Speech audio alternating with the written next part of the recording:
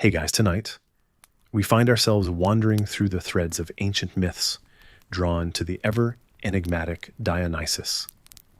Picture this: a starry night with a warm breeze, low murmurs of music, and the sound of joy spilling out from a celebration, both as wild as it is mesmerizing. Dionysus, the god not just of wine, but also of chaos and enchantment, threads through this scene. His presence is a promise of delightful chaos. If you were there, you could almost imagine being swept up in the revelry, dancing until the dawn, feeling invincible. But you probably won't survive this wild ride unscathed. After all, Dionysus's world is one where reality blurs and rules are things to be whimsically broken. So before you get comfortable, take a moment to like the video and subscribe, but only if you genuinely enjoy what I do here. If you're listening from Athens or some cozy corner of Toronto, drop your location and local time below. Now dim the lights, maybe turn on a fan for that soft background hum, and let's ease into tonight's journey together. Deep in the heart of Greece among the vines, heavy with ripe grapes, Dionysus was born. He came into the world with a tumult as fitting as his future, delivering a message as timeless as the sway of the vines themselves.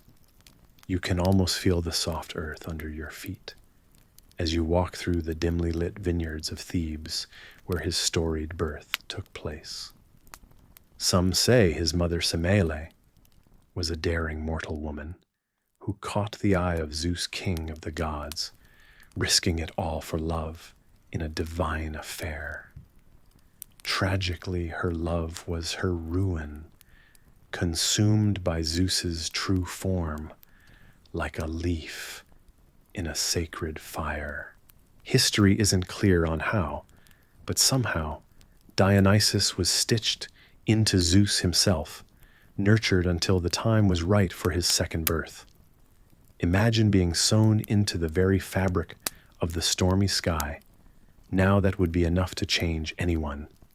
Some historians still debate whether his unique birthright marked him as an outsider, even among the gods. After all, his domains stretched far beyond the realms of Mount Olympus. Upon touching the earth once more, Dionysus was cradled by kind nymphs, away from the wrath of Hera, Zeus's ever-jealous wife. Under their watchful eyes he grew not just in body, but in spirit, blending the fervor of life with the serenity of the untamed. You picture the playful young god, learning the art of viticulture, transforming from the boy with a godly lineage to the divine patron of the vine. Dionysus's transformation from an outcast to a worshipped deity was as unpredictable as the journey of life itself. His followers, the Maenads, found in him a leader who didn't demand worship through fear, but with promises of joy, liberation, and intoxication, sometimes in the literal sense. All across the ancient landscapes, his cult spread like sunlight over a sprawling vineyard at dawn. It wasn't just wine he brought, but the kind of ecstatic release that comes with music and revelry, creating a place where the soul could dance freely, unfettered by mortal worry. Perhaps you would have encountered his merry band of satyrs and nymphs as they laughed and danced through the hillsides. Unbeknownst to those around each note of their flutes, each wild step seemed to weave a spell, drawing more followers into Dionysus's embrace. Did they frolic to distract from hardships, or to find ecstasy in the everyday? Scholars still ponder this much, like ones pondered their toes, sinking into rich, ancient soil beneath their sandals, drawn by the harmony of pipes echoing through the valleys. With Dionysus came a shift, a spark of rebellion against the rigidity of order. You find yourself at the heart of this change, where joy often walked hand in hand with madness. Not for the faint of heart, this mingling of delight with delirium created stories and plays that tickled both wit and wisdom. Was there a folly in his freedom, or a deeper wisdom? The tales of his orgiastic rites, where devotees might tear at vines, or even themselves in frenzied dance, speak as a warning and an invitation. In a world where mortals and gods so rarely met on equal ground, Dionysus offered something else. As you wander the storied past, it's clear that Dionysus tore at the very fabric of what it meant to be either divine or human, beautifully chaotically. Yet he was always more than just chaos. His touch on music birthed harmony alongside his wild tune, crafting a symphony of experience. As we leave these musings to drift into the quiet night air, under the shimmering expanse of stars, the same stars that watched over Dionysus in his reckless dances across the sky, it's time to lay aside the intoxicating tales. Each step through the past leaves an echo, just as the music of Dionysus fades, lingering at the edges of dreams. Rest now under that ever-watchful sky. Let the harmonies of a god who blurred the lines between dreams and reality madness and wisdom guide you into a gentle slumber. In a time long ago, at the edge of myth and reality, you find yourself drifting into a landscape where the line between divine and mortal is as thin as a whisper. Imagine, if you will, the heart of this enchanting tale, a child of immense power, not birthed in the ordinary sense, but one whose journey into the world began amidst cosmic tragedy and extraordinary vitality. The gentle hum of the cosmos, like a lullaby of stars, accompanies you as you peer into the sacred life of Dionysus, a name that echoes through the ages. His beginnings are not wrapped in the soft blanket of a mother's love, but rather in the fiery truth of a father's essence. His mother Semele, a mortal woman, encountered love in its most divine form. She was loved by Zeus himself, the king of the gods, ruler of Olympus, who came to her not with thunderous roars, but with promises wrapped in divine affection. Yet the love of gods carries the weight of power, and power sometimes dances with danger. Semele, in a moment of youthful desire, fueled perhaps by whispers from the shadows of doubt, demanded to see Zeus in his true form. Imagine the audacity intertwined with innocence. How many of us would dare request to gaze upon the very essence of a being that could turn night into day with a mere thought? Yet she asked, and the consequences followed like ripples across time. The sight of Zeus in his divine glory was too much for mortal eyes. Like staring into the heart of the sun, it overwhelmed her, and in an instant Semele's flame was extinguished. But the tiny life growing within her, the small spark of godly heritage, was clinging to existence. It's here that the story takes a surreal turn, as magical as it is unusual. With gentle hands and a heart heavy with both loss and love, Zeus plucked the unborn child from the ashes of his mother's mortal form. Historians still debate whether this tale unfolds as recorded, whether Zeus merely acted out of obligation or a deeper sense of fatherly duty. But what is undeniably captivating is how Dionysus's life was saved, stitched into the thigh of Zeus, a sanctuary crafted as only the god of thunder could. There, in this unexpected womb, Dionysus grew nurtured by ambrosial threads and divine warmth, until it was time for him to emerge fully formed, a testament to his resilience. This vulnerable beginning, as fantastical as it may sound, sets the stage for the life of a god who would become a symbol of life's ecstatic and unpredictable nature. Dionysus, the child born amidst tragedy in the warmth of godly love, making his name known not through might of arms or the establishment of empires, but through the hearts and spirits of those who dared to follow the path less traveled through dance, through wine, through the breaking of conventional norms. You can almost hear the whispers of the wind as it swirls round you.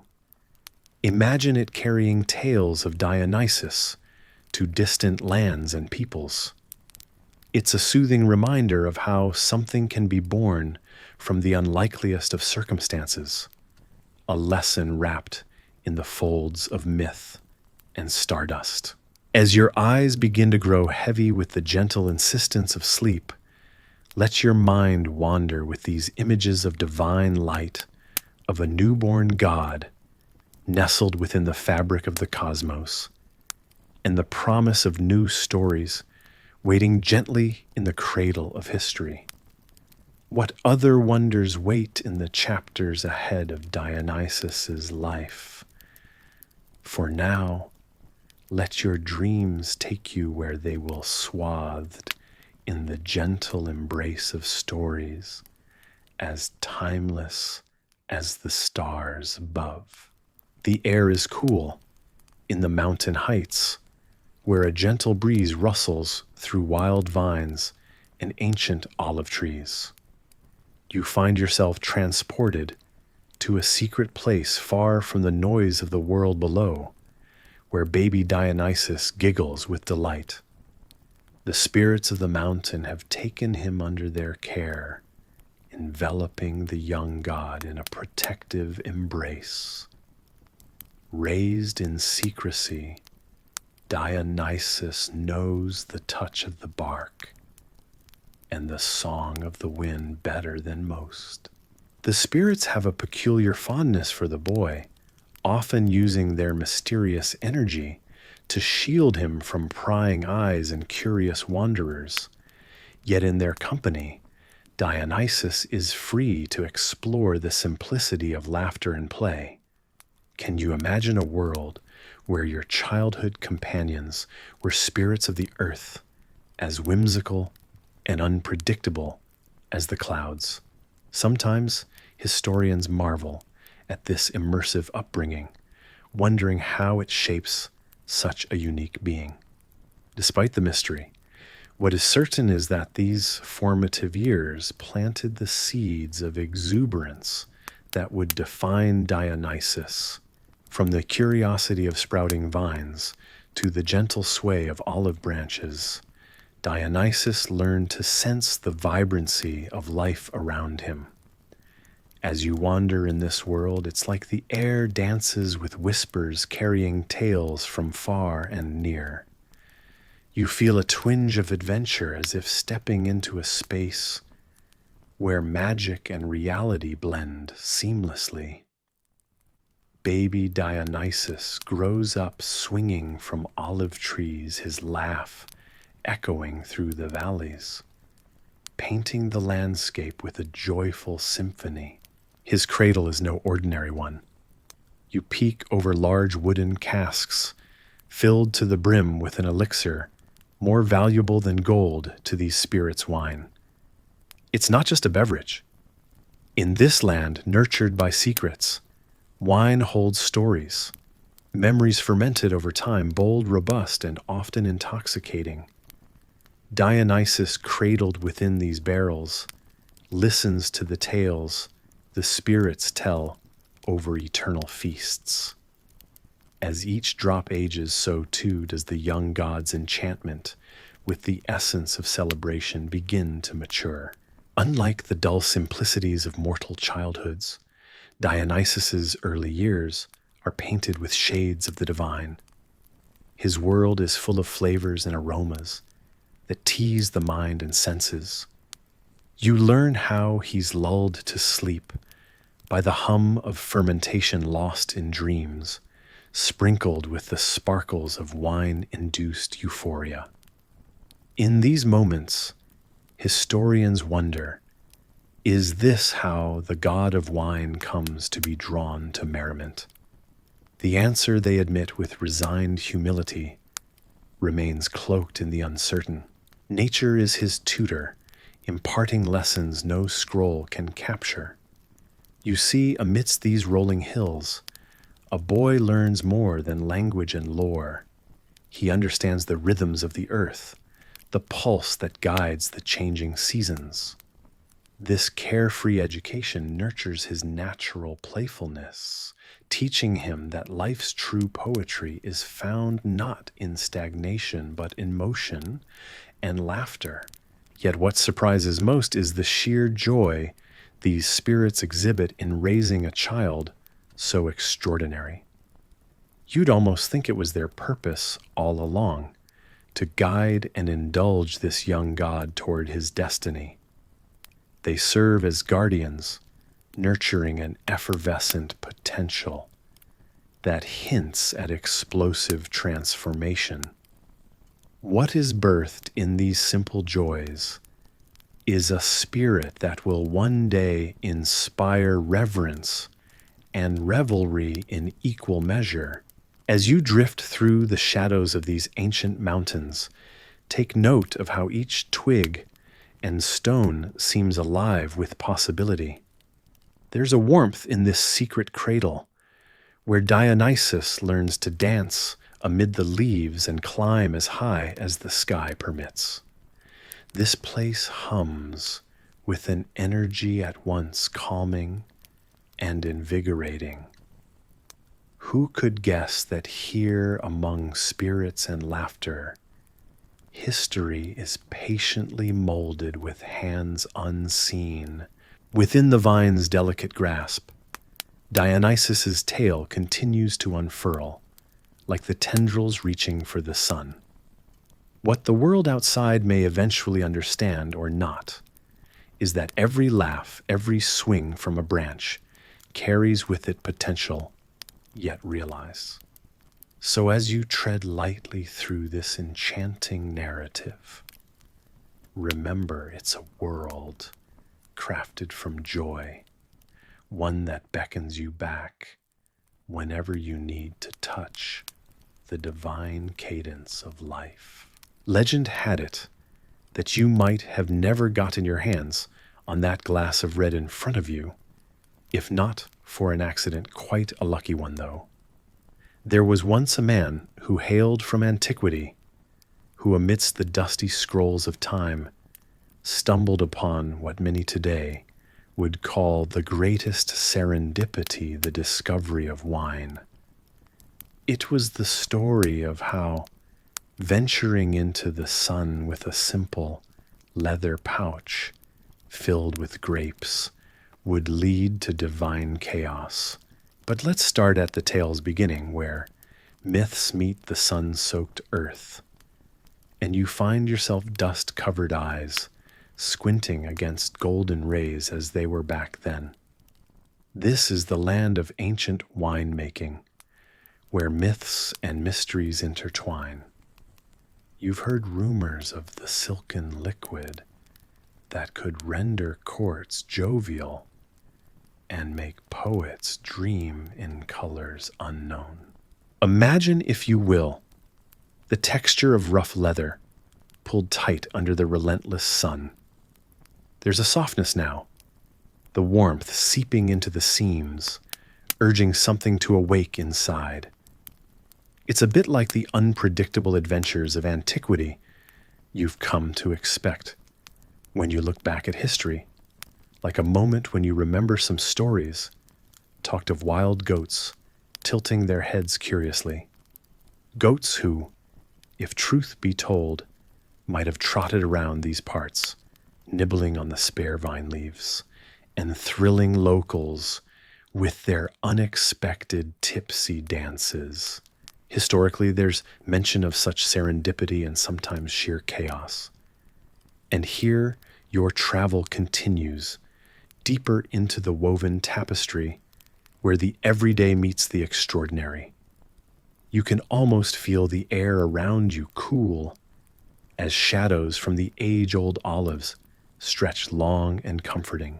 As the tale unfolds, you wander along the paths of these early pioneers, those who played more games of chance than a modern gambler could dream of. Not intentionally, of course, but all part of the journey. Some whisper of haphazard grape harvesting done by hands, familiar with pressing until nothing remained but the juice. We hope not too much dust, which became a part of this glorious misshapen miracle. Now you stroll those sunlit roads where chatter among traders did more than sell goods. It told stories of how one sharp-sensed gentleman forgot his grapes to ferment, instead gracing the realm of oblivion in that leather pouch. The light-hearted jest of mayhem brought smiles, for who'd imagine what fate could weave from lost goods but inebriated art? In smooth tones another passerby might say, but isn't history really just chaos with a bit of clever editing? Ultimately, no one can clearly tell if it was the sun's tender embrace or simply the idle hand of chance. But what sprung forth was enchanting, praised not only by mortals, but by heavenly witnesses, such as exuberant gods themselves. Let yourself imagine ancient revels, chaotic and mesmerizing, in high banquet halls with flowing poetry that feels not much dissimilar to your modern playlists, except lined with tales of human folly and divine laughter. Your steady walk ends here at the doorstep of transformation. It's there you realize the power of an accidental discovery. You observe how the most beloved arts were either intentional or, like this, a happy occurrence. They say his feet might have danced upon the very earth of discovery, and amidst the laughter a new era unraveled. History hasn't etched his name in bold, the credit whispered only through time's secret corridors, but each sip now carries his accidental ode to the whispers of time. What an odd thought wrapped snugly around the potent reality that from an unintended moment the world found a new rhythm, defying both time and space. Historians still debate whether it was a pure stroke of luck or guided by the hand of fate. But as you ramble through the halls of time, you realize there's a curious harmony in this tale. It's a story diverging into rich joy, shared by courts and homes alike. A beautifully tangled saga where the sun's kiss on leather dared to transform memory's simple sweetness into something lasting. All the while, the lilting tales and dubious precision of history remind you the canvas of past days, especially wine, might well have painted a life's portrait, dripping in potential revelations yet unspoken. And as your journey tethers back into the everyday, it's a wondrous thought to sip upon the chaotic beauty of life, transforms when least expected. And so, quite like an old legend unraveled, you let out a small smile, acknowledging the cozy chaos you've just explored, a delicious tale forever winding through history. His first wine feast ended with such unexpected chaos that it became legendary in the sleepy little village. As you sway gently under the warm glow of lanterns, you find yourself amidst villagers who've let loose more wildly than they ever have. The air is sweet with the aroma of fermented grapes, the vibrant legacy of an ambitious toast made to a good harvest. The feast, a vivid memory painted on the canvas of night, stands now as something more, a sublime, unruly celebration, weaving the human spirit into the fabric of history. The night unfurls as villagers buoyed by glasses of rich red wine begin to see more than just the familiar oak trees and moonlit paths. They see figures announced only through laughter, a procession of imagined animals, a menagerie serving no zoo, but the one built by the wine in their glasses. You feel the evening spirit whisking you away, almost allowing you to catch a glimpse of that fabled stag, with antlers wide and sprawling, a creature escaped from dreams into the waking world. Poetry breaks free from the depths of hushed whispers and forgotten sonnets. You notice the village's poet standing taller, perhaps it's the wine, or maybe just tonight's magic, spouting verses that unravel like scrolls of silk into the night air. There's a moment when even you might find yourself reciting a line or two, the rhythm of the feast, encouraging you to share in the chorus of voices. Then come the climbers, the most adventurous or perhaps the most inebriated, finding a new urge to not just stand among the trees, but become part of them. With laughter that feels like old bark and leaves brushing your skin, you watch them ascend, their limbs marked by sweet wine and a bit of madness, reach for the stars, feeling for all the world like eternal children of the trees. Historians still debate whether these tree climbers were acting out an ancient ritual or merely adorning the night with their mischief. But the spectacle echoes through time. The feast and its distinctly unforgettable moments gradually dissolve into tradition.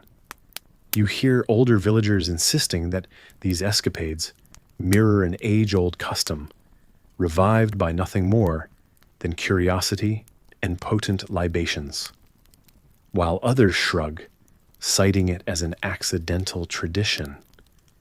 But isn't that the nature of human history? Nothing more than the stories we tell ourselves, a tapestry woven of yarns, like this very night, fleeting yet enduring. As the night softens, you notice how the entire village seems wrapped in a blanket, knitted from shared smiles and intoxicating verses. The earth underfoot becomes both heady and grounding, as if reminding you that while the wine has taken you on a journey, there will always be a return to reality's gentle embrace. Your heart nods in time with the steady thrum of a village alive with new companionship, a ritual born not out of necessity but out of joy. It is a reminder that sometimes the most enduring traditions are the ones that arrive without announcement or reason, weaving themselves into the fabric of life, like vines around a sturdy trellis. And so, as sleepy heads start to bow and fingers begin to loosen their grip on wine-stained goblets, you find yourself swept into the lull of the feast's conclusion, a whisper of gratitude towards the night, the grapes that swelled with summer's warmth, and every voice that joined in this unexpected choir of revelry. Though dawn is yet to break, the cool promise of morning already wraps around you, easing you into a tender goodbye to the mysteries and mirth of the evening.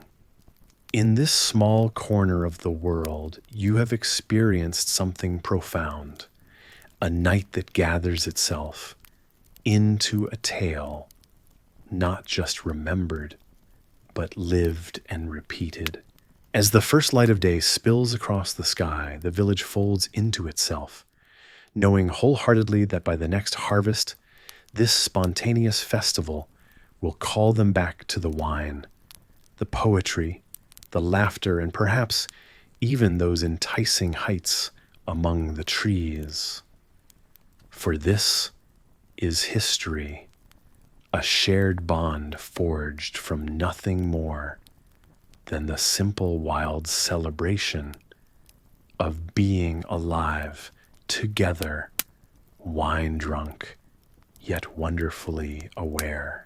His most loyal followers were wild women in fawn skins called Maenads, who danced until dawn, their feet stamping a rhythm on the forest floor that echoed through the night air.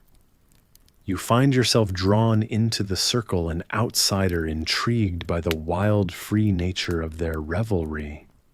As you watch, the night seems to stretch on endlessly, a tapestry of countless stars that flickers in time with the flickering of the nearby torches. The Maenads are an enigmatic group, their eyes bright with a strange, untamed light. They move with an energy that feels almost otherworldly, drawing you into their orbit with the mysterious sway of their dance. There is something primal about their movement, something that speaks to the oldest parts of the world and the human spirit. Historians still debate whether these wild women were voluntary participants in the fevered celebrations, or if they were mystically compelled by their devotion to Dionysus, the god of wine and madness. His influence could push mortals to heights of ecstatic euphoria and depths of wild abandon. You can sense the fervor in the air, a palpable push against the boundaries of the ordinary. Each ripple of the Maenads' dance sends a shiver down your spine as you wonder how far that boundary might stretch and whether you'd want it to snap back. The Maenads speak in riddles that twist through the conversation like a winding river. Their words are puzzling but strangely poetic, leaving you intrigued. It's said these riddles hold meanings few outsiders ever deciphered, perhaps secrets of the natural world or whispers of the divine. You catch snippets that suggest tales of creation, destruction, rebirth, and transformation. Maybe it's true, as some suggest, that these women hold the wisdom of forests and beasts. A surprising detail about the Maenads is how they sometimes engage in fierce, frenzied acts. In their moments of heightened ecstasy, stories tell that they could tear people or creatures apart, an act not of malice, but of wild passion in the intensity of their devotion.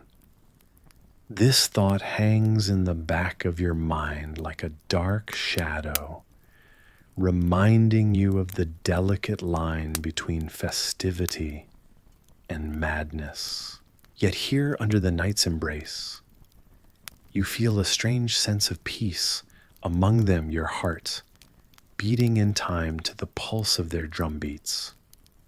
The forest seems alive, breathing with you as you soak in the energy around you. You notice the glint of light on the leaves as the Maenads weave their way through the forest, their laughter a haunting melody carried by the wind. Here and there, the cool night air brushes against your skin, grounding you in the moment, reminding you of the world outside these vivid celebrations. As the night deepens, you see the signs of dawn's approach, the subtle lightening of the sky, the soft call of birds waking to the new day. The Maenads begin to slow their dance, their movements becoming languorous, as if they too are being gently lulled into rest. The transformation is wondrous, their wild energy now tempered by the tender approach of a new day. You watch as they unwind, wrapping themselves in their fawn skins as the forest slowly comes to life around them. In this liminal space between night and day, you feel an unexpected sense of connection, not just to the fascinating women, but perhaps to something even greater. Maybe it's true what some say about the Maenads and their connection to the earth's mysteries. But just as you begin to grasp it, the moment slips away like the last notes of a haunting lullaby, fading into silence with the coming dawn. The world is a place teeming with magic and mystery, wrapped up in the folds of time, and often governed by unpredictable deities. You find yourself gently swaying in the dim light of an ancient grove, where shadows blend into the whispers of the past. The leaves above you rustle softly, echoing with stories of gods and legends. Among these is a story of Dionysus, the god of wine revelry and chaos. He was not a god to be taken lightly. You hear the rustling like a breath through the trees, reminiscent of those who dared to cross him. Dionysus, with his crown of ivy and thyrsus in hand, swayed into the lands of men with a charm that was both alluring and intimidating. He offered wine liberation and an escape from the mundane, yet woe to those who banned his worship. Kings and cities that barred his cult found themselves at the mercy of his divine punishment. This was the god who could drive you mad with the mere flick of his vine-wreathed hand, or shatter stone with the relentless push of new life. Imagine the bewildered king's rulers, who thought themselves mighty and unassailable, now reduced to shadows of their former glory. Their palaces, once symbols of power and security, found themselves breached not by warriors, but by nature itself. There are tales rich and strangely vivid of vines bursting through stone walls, creeping like silent marauders into the heart of these forbidden citadels. Slowly and unstoppably, they would entwine the marble, breaking it apart, as if whispering secrets long hidden in the darkness. Historians still debate whether these tales are literal or embellished with time, colored by the zealous imaginations of those who feared divine retribution. Yet there are records old and worn, scratched onto clay tablets and hidden away in dusty scrolls that recount cities lost to madness, where rulers would wander the streets, incoherent and wild-eyed, claiming to be the very animals that Dionysus had surrounded himself with, a bacchanalia of chaos, ironically ordered by the very gods the kings refused. What fascinates even more is the strange respect this brought from those who witnessed such punishments. It's whispered that some later rulers would leave small alcoves within their palaces dedicated in secret to Dionysus, a symbolic olive branch to ensure his favor, or perhaps simply to ward off his wrath. After all, having your grand, echoing halls turned into vineyards overnight wasn't exactly a recipe for peaceful rule.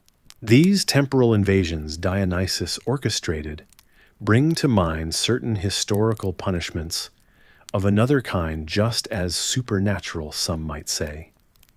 You remember perhaps the pharaohs of ancient Egypt, who made a show of capturing and displaying the sacred cats of their enemies. The pharaohs, unlike Dionysus, used their divine right to break spirits, while the god of revels preferred to break walls and minds, each in their own narrative, displaying the unpredictable nature of power and respect. Surprising, though, is a small detail that might amuse you. Dionysus was once thought to be a foreign god, perhaps brought from the East, a dissenter among the traditionally immortal Greek pantheon. This outsider tag might have contributed to his erratic reputation and the suspicion tangled with his myths. Was this really the whole truth? Or simply ancient xenophobia's twist on his origin story? Historians remain divided on the subject, voices rising and falling like the ocean's tides. As you imagine him now, draped in furs and surrounded by the sound of flutes and drums, perhaps he's best understood not as a god of mere indulgence, but a reminder that the wild and untamed parts of ourselves should be neither denied nor forgotten. In a world too carefully ordered sometimes, we need vines to break through the stone, letting the wild back in. Therein lies a kind of divine justice nature, reclaiming what ambition and pride have tried to seal away. Now, in the quiet pulse of this story, you feel a gentle release of tension within the space around you. The shadows dance a little lighter. The leaves above seem to calm. And in this place, you could imagine for a moment that the walls of reality might sprout vines, gently reminding you of the forgotten corners, waiting to be explored or left in peace. Somehow, after hearing this tale, you feel closer to the earth, more aware of the quiet power of things left untamed, and the equally potent peace offered by recognition and respect. Let your mind drift, now wandering through the tales of old, as softly as the vines themselves. May your dreams be gentle, and your rest as deep and timeless as the stories entwined within night's embrace. Far away in the ancient lands, where the whispers of myths are carried by the winds, you find yourself standing at the entrance to a world, both enchanting and perilous. Here, kings are not merely rulers bound by earth, but players in a divine theater, where the gods themselves scribble the lines of fate. One such king, Pentheus, had taken the stage with an all too familiar arrogance, the kind that you might say serves more as a plot device than a personal quality in these tales. Pentheus, king of Thebes, somewhat naively believed himself superior to the whims of the gods, particularly Dionysus, the god of wine festivities and blessed madness. You can imagine this didn't bode well. After all, who in their right mind would dismiss the deity famed for transforming ordinary existence into a chaotic revelry, and whom you probably wouldn't survive an encounter with unscathed? Now, before you delve deeper into this fable of folly, take a moment to like the video and subscribe, but only if you genuinely enjoy what I do here. And do post your location and local time in the comments. I love knowing where you're tuning in from. Now dim the lights, maybe turn on a fan for that soft background hum, and let's ease into tonight's journey together. You feel the gentle buzz of intrigue in the air as you join Pentheus on his misguided adventure. Surrounded by ancient stone and the wild echoes of distant drums, you brush past grapevines that sway uneasily beneath a cloud-covered sky. Here tension is as palpable as the rich, loamy scent of the earth.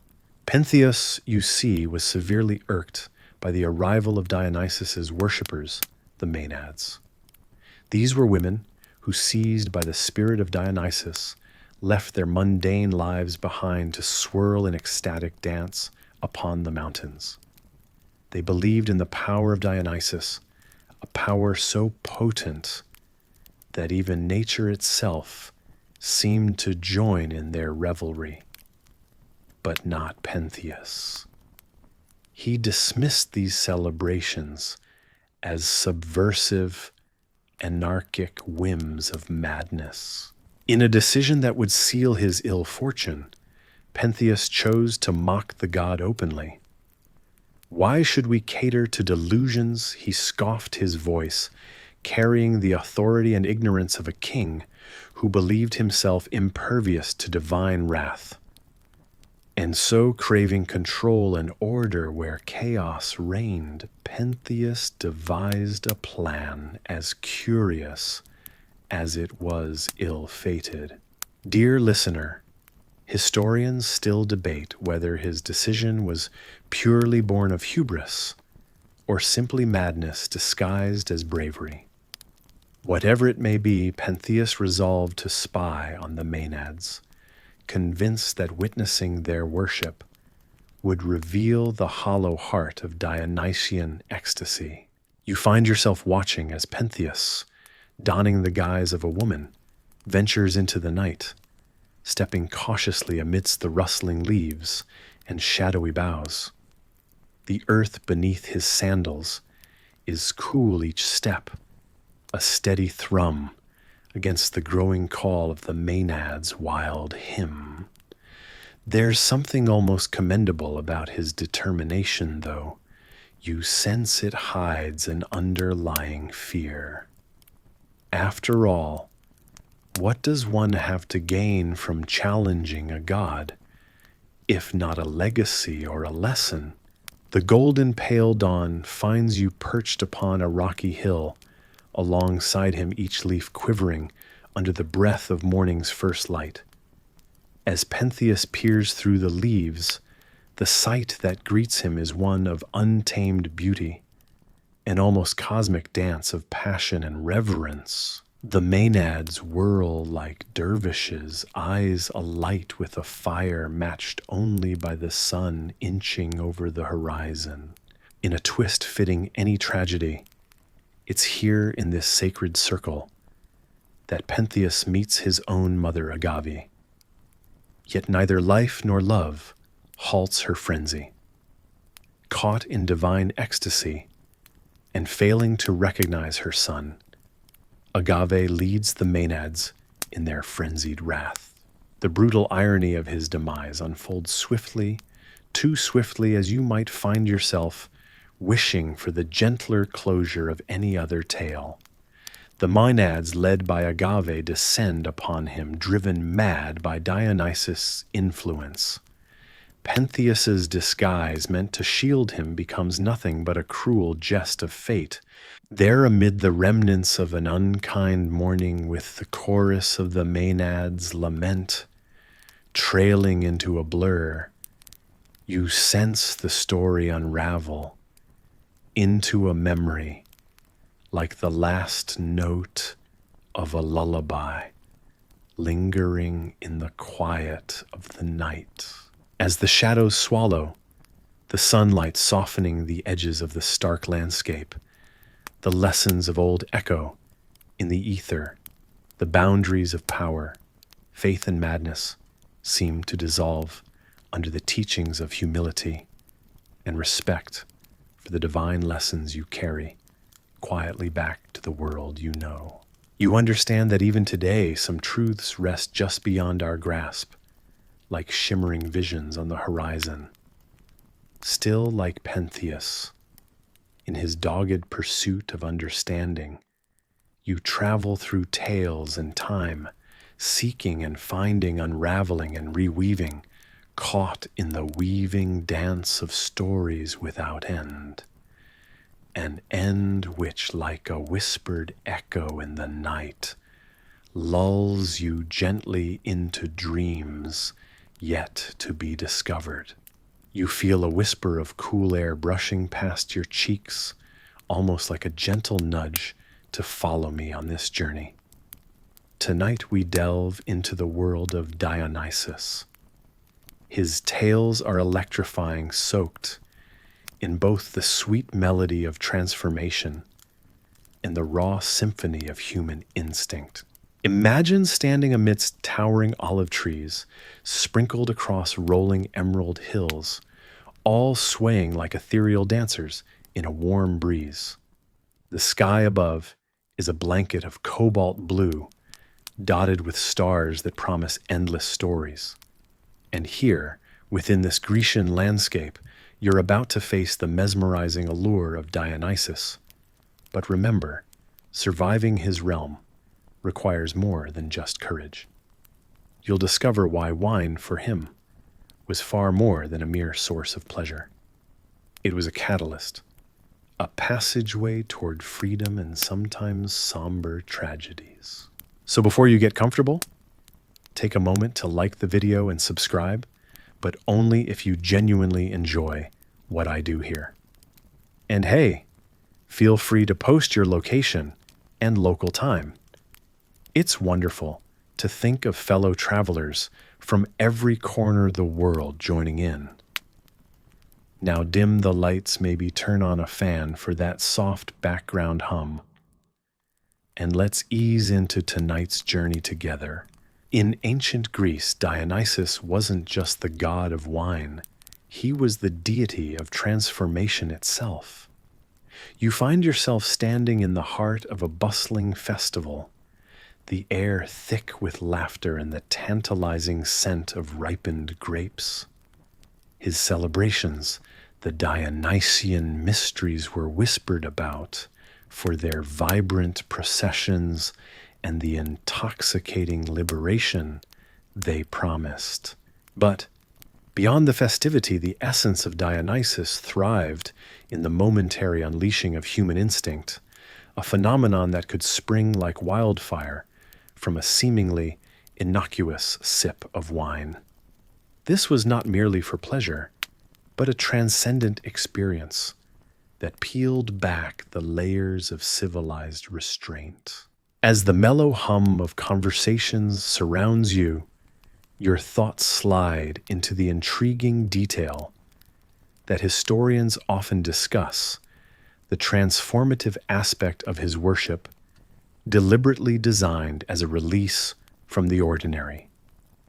Dionysus urged his followers to embrace the unknown, sometimes through exhilarating dance, other times through more tragic ends.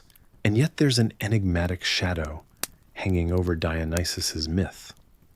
Was he always this playful trickster-like figure who enchanted with freedom's promise? Or was there a darker undertone historians still debate, whether the ecstatic rituals of Dionysus carried an implicit danger, a gateway to chaos as much as liberation? As music mingles with laughter around you, consider one enthralling element from the myths, the Maenads, his fervent female followers, whose devotion could spiral into frenzies so intense they'd lose themselves entirely, dancing and singing with wild abandon, sometimes even resorting to ecstatic violence.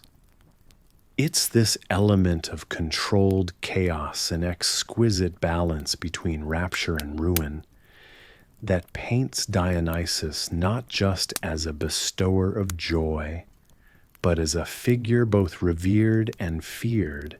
Move now to the ancient thrones of power, where leaders either tried to harness the force of Dionysian worship or feared its potential to stir rebellion. Through the shadows, you witness fervent debates in opulent courtyards, the echo of sandals on marble whispering of Dionysus's dual nature, a deity who promised release but held the key to anarchy. One tale stands resilient against the passage of time, that of King Pentheus. The young king, skeptical of Dionysian rites, sought to challenge the god's influence in Thebes, a bold move that inevitably turned tragic. His refusal to acknowledge the unpredictable power of Dionysus led to a demise that warned future generations of the perils hidden in challenging divine chaos. As the stories twine around you, a surprising detail emerges like a vine amidst ruins. In certain places, they say, there still linger whispers of Dionysian laughter on summer nights, a fleeting echo of divine indulgence that ends abruptly, leaving only the rustle of leaves. Through these narratives, you perceive Dionysus not merely as a figure from the past, but as a reflection of the boundless human spirit, an eternal reminder that beneath the veneer of order lies the truth of unrestrained chaos. So as the last notes of night settle over your senses, we pause here, not at an ending, but amidst the flow of tales, letting the echo of Dionysian revelry guide you toward a dream-filled slumber until we pick up the thread once more. With every step under your feet, the earth seems to hum with a rhythm only you can feel. It's as though each grain of sand beneath you is whispering secrets from a time long past, urging you onward. You find yourself surrounded by a most unexpected company, leopards with emerald eyes prowling elegantly beside you. Despite their feared reputation, you feel more awe than alarm, their sleek movements seeming like choreographed dances in nature's grand opera. Close behind, flute players weave a melody that fills the air, matching the gentle rustle of leaves with notes that twirl and spin like dandelion seeds caught in a breeze. Their music stitches together the landscape, the haunting notes, inviting the spirits of antiquity to join the night's procession. As you stride forward, the ground is soft beneath, and the scent of earth and foliage wraps around you like a comforting shawl. Beside you, goat-footed dancers leap and bound with incredible agility. You marvel at their uncanny balance as they maintain a giddy rhythm, their laughter mingling with that of the flute players. Somewhere in the myth-laden twilight, you imagine Dionysus himself, the playful god of wine and revelry, smiling at this spectacle. Historians still debate whether the satyrs, those half-human, half-goat creatures, ever truly existed outside the tapestry of ancient mythology. But here they are prancing beside you with wild eyes and broad grins, their energy infectious. They play an air harp, the invisible strings plucked with such conviction you half believe you can hear an ethereal harmony hovering just beyond the edge of perception. The parade feels wholly consecrated, not by pomp and ceremony, but by the sheer joy of its participants, each step echoing with lively nonsense. As you walk, you recall how the ancient Greeks would celebrate the festival of Dionysia, with similar symbols of revelry and absurdity, an ecstatic blend of the sacred and the profane. A leopard brushes past, and for a moment you lock eyes. There's a mutual understanding, a mutual acceptance of this shared journey, as if this sacred procession with creatures of legend and joyous melodies is the only path you were ever meant to walk. An unexpected rustle nearby draws your attention. A bird, likely a nightjar, flits softly from a tree. Its flight is barely audible, yet the bird's movements accentuate the lively silence around you, a gentle reminder of life's mysterious presence. You are part of this kaleidoscope of movement and sound, where myth mingles with reality in ways both extraordinary and nonsensical. Again, the satyr's laughter ripples through the air their mirth, a balm more potent than any flute player's symphony. And you wonder, as everyone must at times, how many such journeys one gets in life, the moments where logic yields to whimsy and the heart follows the beat of an invisible drum. With the procession winding through the moonlit paths, each step feels lighter, each breath more freeing. The land around you seems to pulse with energy, contrasting starkly with the stillness of night. It is a realm where stories are alive, where history bleeds seamlessly into the present, challenging all who dare to walk its ephemeral paths.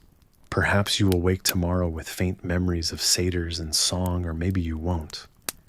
But for now, you're a part of this motley parade, a gathering of fabled beings in a world tucked between shadows.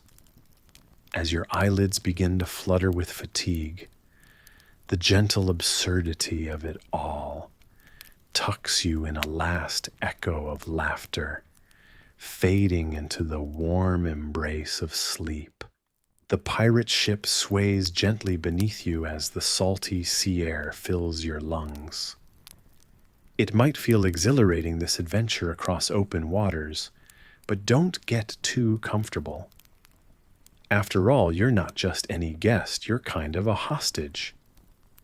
Yet even in these precarious circumstances, you find a peculiar comfort. The pirates, though fearsome, are lulled into a routine by the rhythmic rock of the waves, oblivious to what you sense is imminent. You're in the company of Dionysus, the god of wine pleasure, and a splendid kind of chaos. You might be asking, how did I get here? You're swept up in his unpredictable journey. The sun casts a golden trail on the water as it dips beyond the horizon. You brace yourself, knowing very well that surviving a pirate capture isn't exactly covered in your skill set unless you consider laughter and a taste for the absurd as necessary skills. Before you get too wrapped up, pause a moment to take in the scene and remember to like the voyage and subscribe to follow along. That's if the whims of the sea speak to you.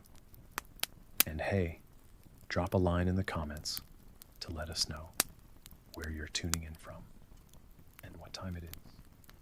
Are you night cruising or greeting the dawn as our story unfolds? Now dim the lights, maybe turn on a fan for that soft background hum, and let's ease into tonight's journey together. On the pirate deck sails, catch a gentle breeze, each tattered edge whispering tales of adventures past. But the current voyage heads into unprecedented realms. Rumor has it, these seas once belonged to legendary figures. Some say the very waters beneath you conceal treasures worthy of myth. The horizon as seen from this wooden beast would normally beckon adventure, but the day suddenly takes a peculiar twist. A whisper of expectation buzzes through the salty air, and then a transformation begins.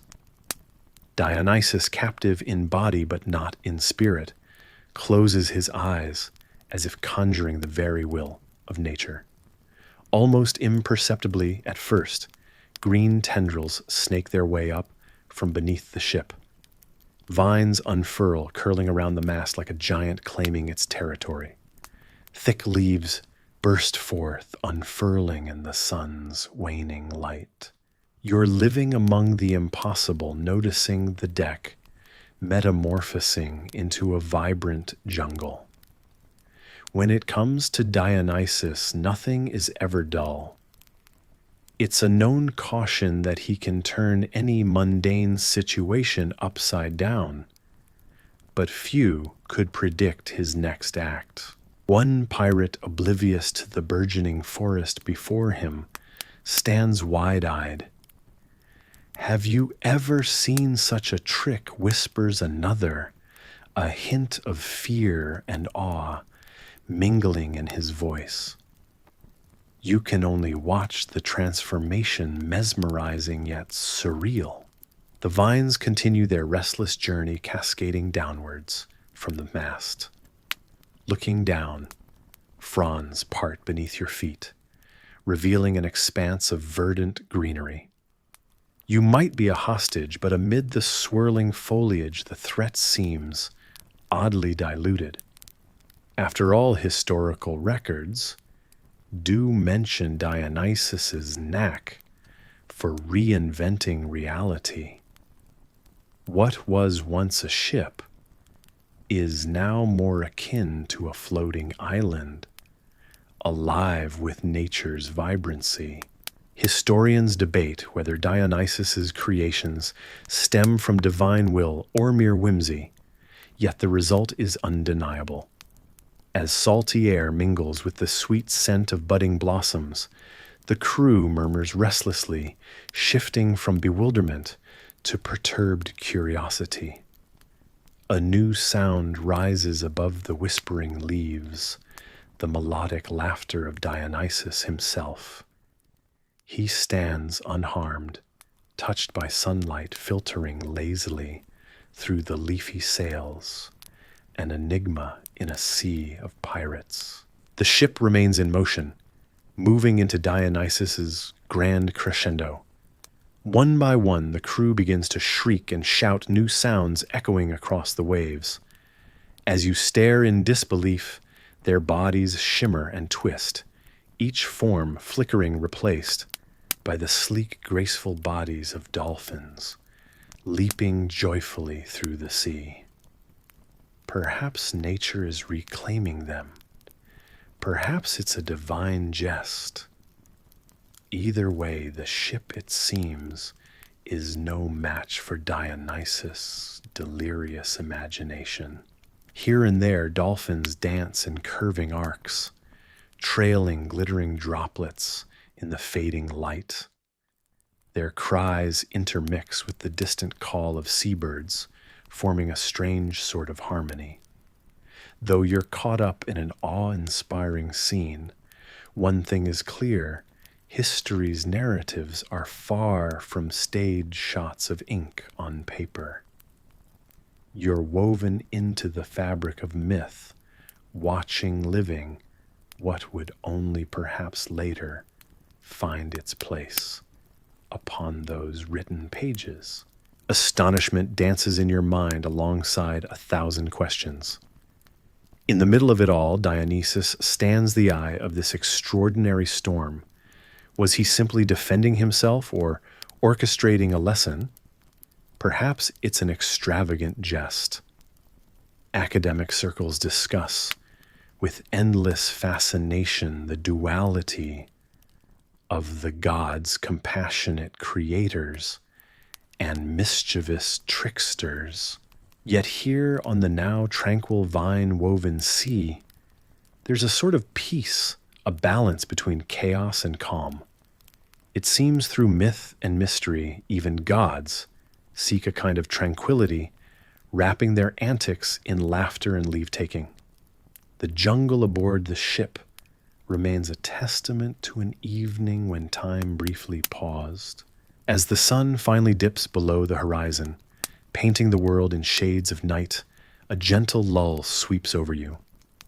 The sound of waves, now tamed by the cruise of dolphins, urges your body to relax.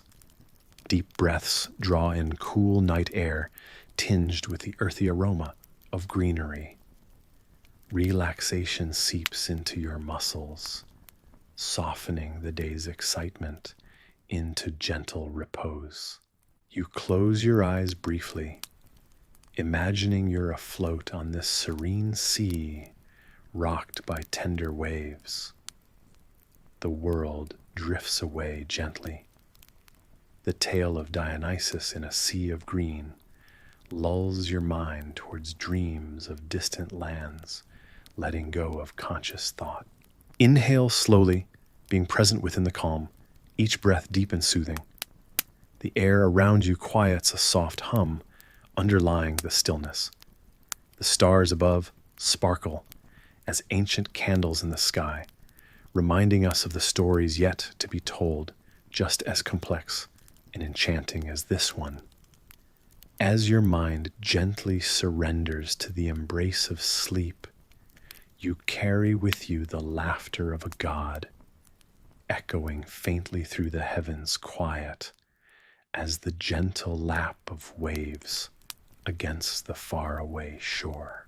In this silent night, all that's left is peace, cradling you softly until dreams take form, whispering you toward rest as comfortably as a lullaby shared upon the wind.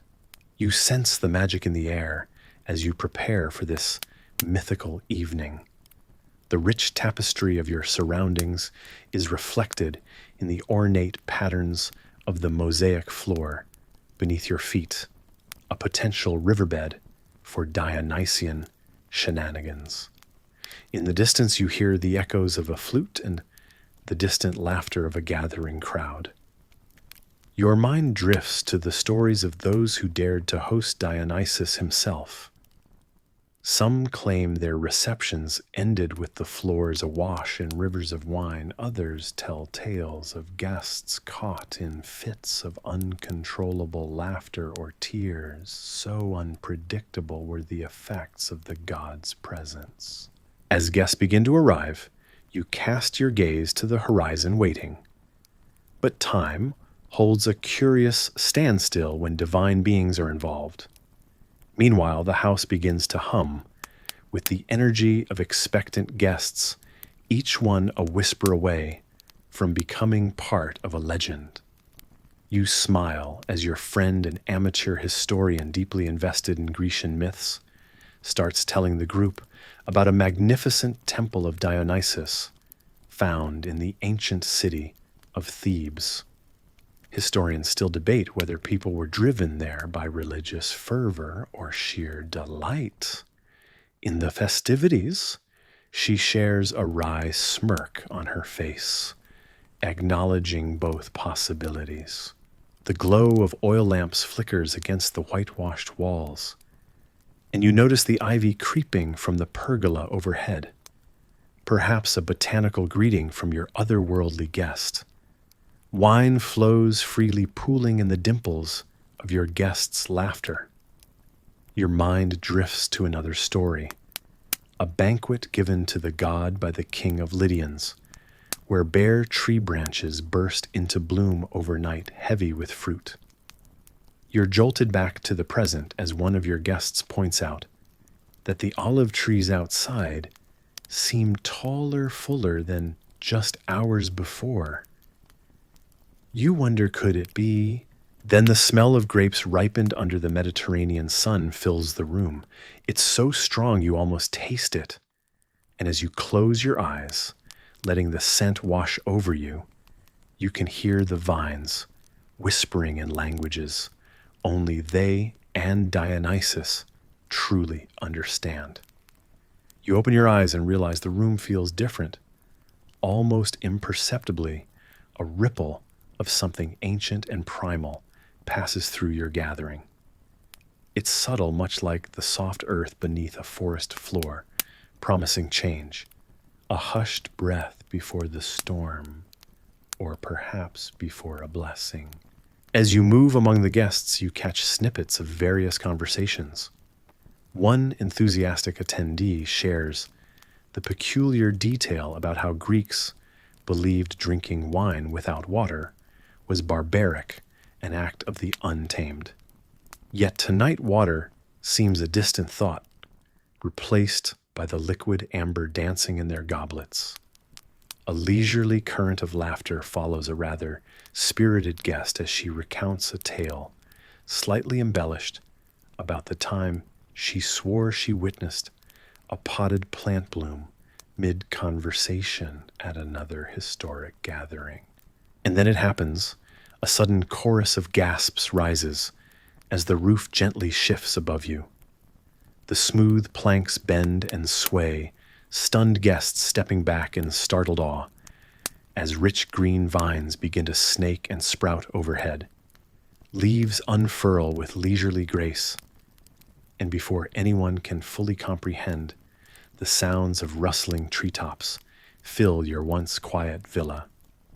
What might have been chaos in the hands of others unfurls here as wonder pure and simple, as the very essence of Dionysus breathes life back into your gathering. The first drops of wine begin to fall rich and heady, soaking into the fabric of your clothes, and the memories of each person standing awestruck beneath this vineyard miracle. Your mind flickers to the core question of your evening's encounter with the divine. How did these myths intertwine with history so seamlessly, and where did the realm of reality end, and that of the gods begin? Your guests' faces are alight with the singular elation that doesn't question such distinctions. And as laughter erupts once more, mingling with the music and the warm patter of wine-kissed rain, you realize that for tonight those boundaries matter little. An old friend, now seated comfortably and watching the spectacle with a look of serene amusement, comments softly about Dionysus and Ariadne's grand revelries in Naxos, where music never ceased and nature unfurled in harmony. Your evening, too, feels pulled from the pages of such mythos as creative energy sweeps through the room, inspiring bold declarations amid tearful laughter. While the vines continue to weave their story above you, feel the evening slipping into something timeless. Conversations embrace and release each notion like gentle waves upon the Aegean Sea, giving rise to a shared understanding, the echo of a time when gods walked among men and trees, grew from rooftops as naturally as dreams. The night softens as the god of revelry seems to pull back, leaving behind only a soft sigh in the breeze, and the memory of laughter mingling with divine chaos. As the final notes of music fade into tranquility, guests drift toward quiet corners, lulled by the soothing cadence of crickets outside and the whisper of leaves settling under a silver moon. In this tranquil aftermath, you ponder the intertwining threads of history and legend, how they form a tapestry of stories that continue to resonate in the soft candlelight of shared myth and shared experience. A gentle reminder that the wonders of old still breathe life into the stories we tell and the nights we cherish. The day is fading tonight as the city prepares for a festival unlike any you've seen.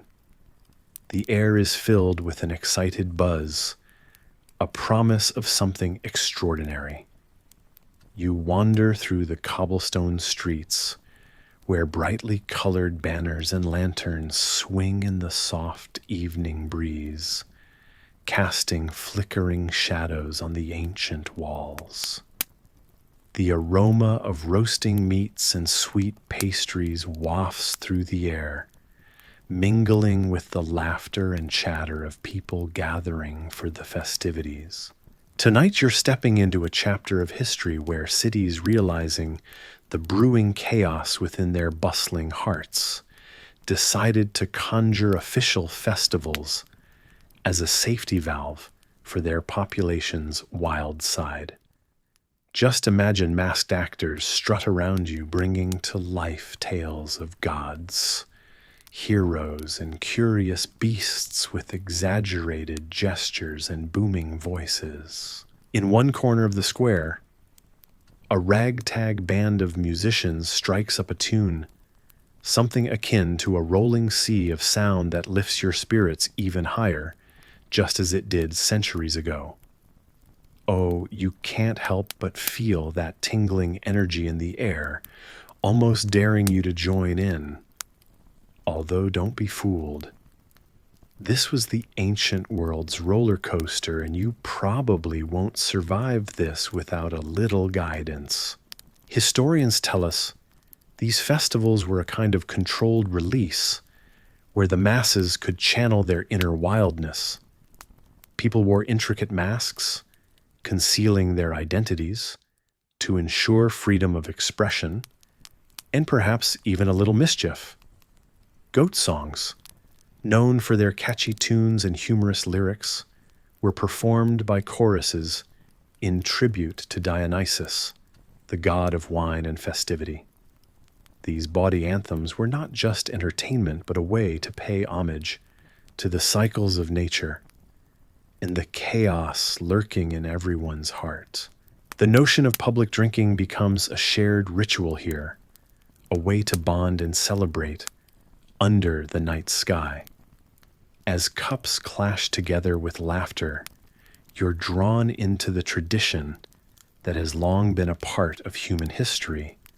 Though truth be told, it was as much about dispelling the day-to-day tensions as it was about camaraderie.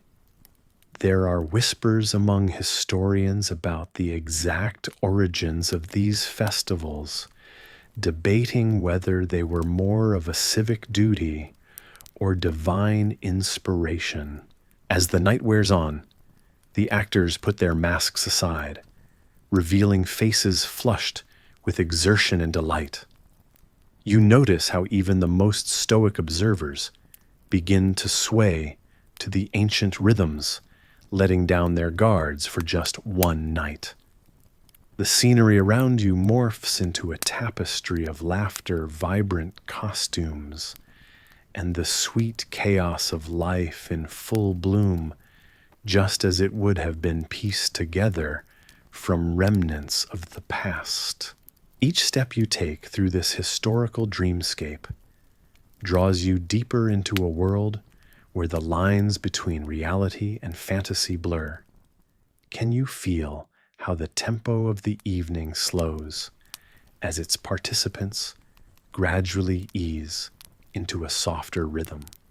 The festival has served its purpose, weaving contentment and a sense of peace over the city like a cozy blanket. The stories told in those songs and tales have transported everyone into a shared realm of joy and release. The night ends with a gentle descent into calmness, the soft hum of a new day on the horizon. Someone beside you points to the stars, commenting on how they've shone the same way for centuries, watching people live love and lose themselves in celebrations like this. With laughter winding down, faces glowing with the evening's memories, the festivities draw to a close, a serenade to the moonlight stitching the human condition into an enduring narrative that remains alive in stories passed down through time. And as you walk home under the lantern-lit sky, you can't help but feel that pulse of history still beating gently in the present, guiding you softly into sleep with a whispered promise of dreams yet to come. You wander through the bustling streets of ancient Athens under the curious gaze of the stars. The air is alive with anticipation and perhaps a hint of chaos, much like the god you're about to get to know better. Dionysus, the whimsical deity of wine and revelry, has always had a curious touch for drama, but not just the kind brought on by an overindulgence in fermented grapes. Imagine, if you will, that Dionysus found himself bored one divine afternoon. In his eternal quest for amusement, he looked alongside playwrights and audiences, and a spark ignited a passion for stories of hubris, fate, and tragedy. It's rather ironic, you might muse, that the god of merriment found pleasure in tales so often devoid of happy endings. The Greeks, with their flair for storytelling, graced the marble platforms with dramas that mirrored their understanding of human flaws and divine whims. Here, tragedy and comedy weren't merely genres. They were reflections of life's unpredictable ebbs and flows, often tangled with moral lessons. And Dionysus, his influence seeped through each act and scene like fine wine through a cloth. On certain evenings, as shadows lengthened, Athenians gathered in amphitheaters carved from hillsides. Imagine yourself seated among them, the air thick with the expectant hush of an audience ready to be taken on a poignant journey. 3-hour plays weren't just sessions of entertainment. They were a confrontation with destiny itself, where protagonists wrestled with their inner demons and the capriciousness of gods. One of the most fascinating aspects of these ancient plays was the presence of a chorus, a group of performers who narrated the unfolding drama, provided context, and sometimes posed philosophical questions.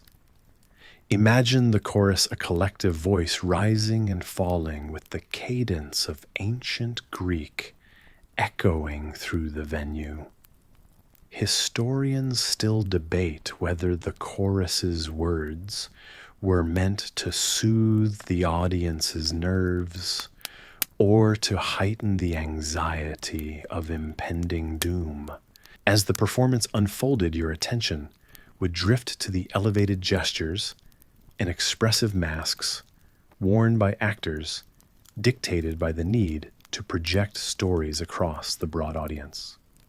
Given the lack of modern amplification, these masks were both an auditory and visual necessity, their exaggerated features channeling emotions with clarity befitting the roaring crowd. It wasn't uncommon for stories to feature heroes embroiled in turmoil with the divine, where choices led invariably to their downfall, a concept that Dionysus seemed to relish. After all, what's a script without the tantalizing promise of catastrophe? Tragedies like that of Oedipus, whose downfall came from unknowingly killing his father and marrying his mother, were not just entertainment. They were cautionary tales, woven into the Athenian society's moral fabric. Did Dionysus sit among these crowds, sipping wine and chuckling at the audacity of mortal pride? It's a whimsical thought, yet his presence was certainly felt, from the libations poured in his honor to the ecstatic celebrations that often accompanied these somber narratives.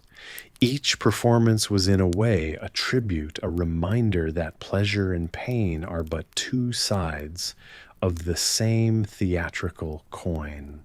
In this world of poetic expression, no steady line distinguished reality from performance. Ancient playwrights like Sophocles and Euripides painted stories with sweeping theatrical brushes, detailing the sins and sorrows of gods and mortals alike. Their works have become legendary, but the moments they captured in time were vibrant, colored with the hues of human emotion that have always remained universal. As your mind drifts through this richly layered past, consider how Dionysus's embrace of the dramatic arts left an indelible mark on human history, embedding stories with a depth that spoke to the complexities of life. The tales of grandeur and ruin enacted before you were more than mere entertainment. They were echoes of Greek society's reflections on the gods they revered and the humanity they struggled to understand. This intertwining of divine chaos and human order continues to captivate even when the stage lights dim and the last line fades into silence. These timeless stories remind you of the power of narrative, how through art and myth we explore the endless dance between the known and the unknown, just as Dionysus himself might do from his heavenly vantage. You find yourself contemplating these eternal themes, the endurance of tragedy within the tapestry of civilization.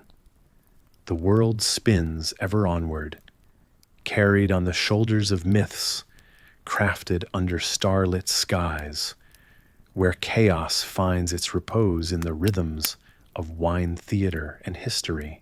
So before you get comfortable, take a moment to like the video and subscribe, but only if you genuinely enjoy what I do here. Let me know where you are watching from and what time it is. Now dim the lights, maybe turn on a fan for that soft background hum, and let's ease into tonight's journey together. You find yourself in the heart of Greece, amidst the whispers of ancient winds that carry stories from a time when gods walked among humans. The story of Dionysus begins not with fanfare, but with whispers a child born of a mother, and then strangely anew from the mighty Zeus himself. This is where his epithet twice-born finds its mysterious origins. It's said that his mortal mother Semele, who was a princess of Thebes, caught the eye of Zeus, resulting in Dionysus's first emergence into the world. Yet, as with many myths, there's a twist fashioned by both divine interventions and disastrous curiosity. The tale unfurls one sultry evening when Semele, driven by a longing to see Zeus's true form, requests that he reveal himself in all his divine glory. Alas, as the mortal flesh is not suited to withstand the sight of a god's true nature, Semele is consumed in a burst of divine fire. But the story doesn't end there. Zeus, feeling both sorrow and responsibility, acts swiftly rescuing the unborn Dionysus. He does so by sewing the fetus into his own thigh, nurturing him until the child is ready to be born anew. Reborn not from the womb, but from the flesh of a god.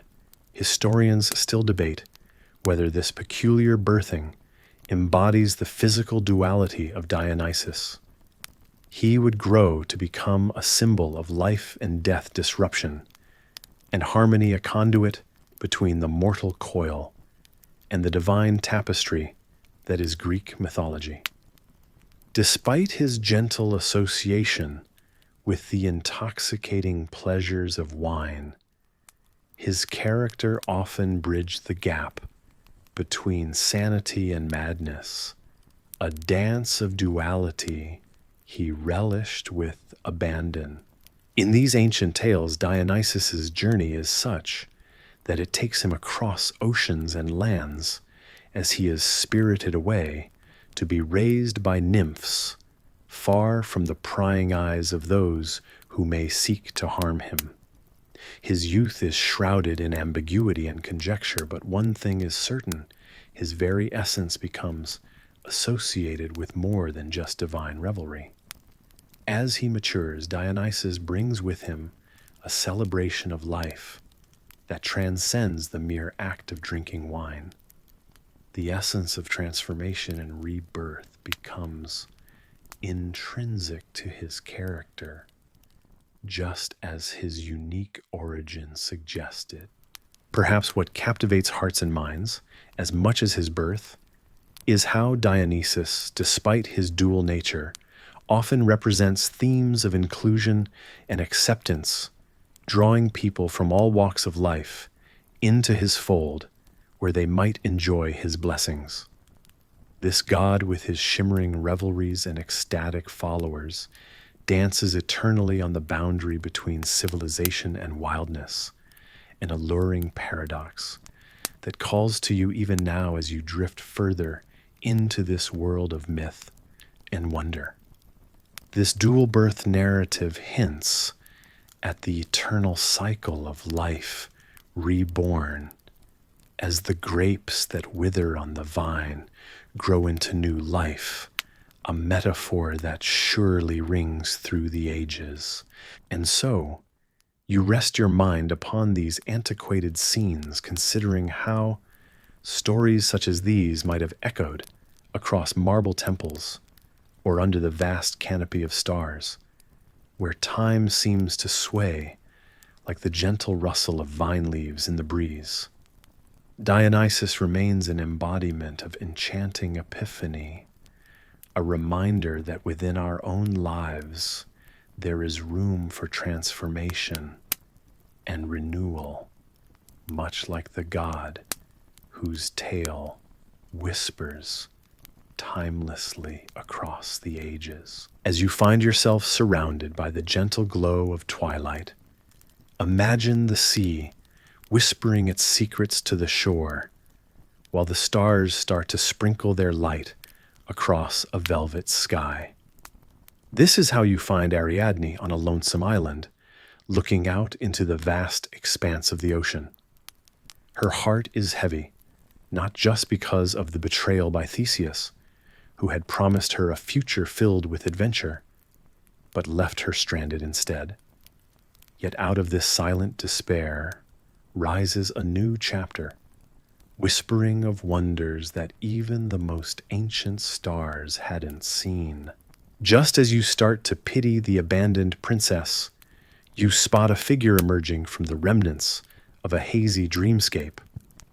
It's Dionysus the god, whose legend is often wrapped in the merriment of parties and the chaotic dance of the vine.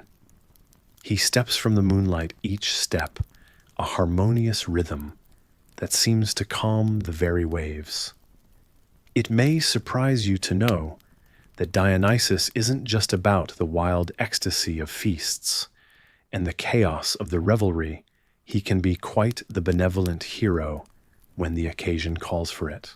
Historians still debate whether Dionysus came to Ariadne out of love or compassion, but there's a hint of divinity in his gaze that suggests an understanding far beyond human emotion.